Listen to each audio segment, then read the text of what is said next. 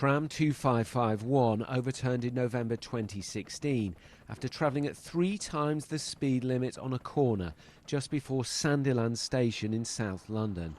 An investigation found it was probable the driver fell asleep. Today's safety regulators said they would be prosecuting the driver, the tram operator and TfL. Philip Logan was one of those who died. His family today welcomed the news. We've obviously not had any answers or any justice whatsoever right from the beginning, and we've all, I think, in our own way, felt very let down with the system, how things have and how things have played out. So it's a big relief. These 7 South Londoners died in the crash.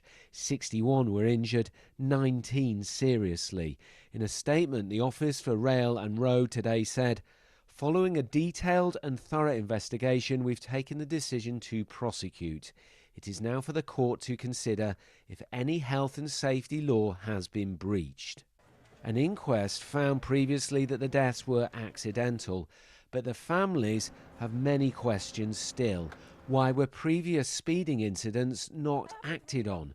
And why were drivers disciplined for falling asleep at the controls, but it kept on happening?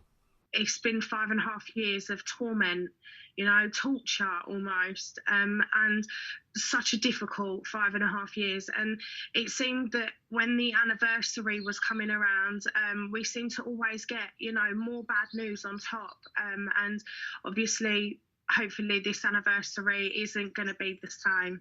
We've had a lot of pain in that time, the pain of waiting for the news on whether anyone would be prosecuted for manslaughter, the pain of waiting for the inquiry, which took so long and was so disappointing in its outcome. So the families have held it together with such bravery and such dignity through this long period of time. And I know that they will feel some comfort today that some justice can be seen to be done. If found guilty, all parties could face unlimited fines. The driver could face up to 2 years in prison. TfL says it will consider the proceedings and safety will always be the highest priority. The case will be heard at Croydon Magistrates. Tom Edwards, BBC London.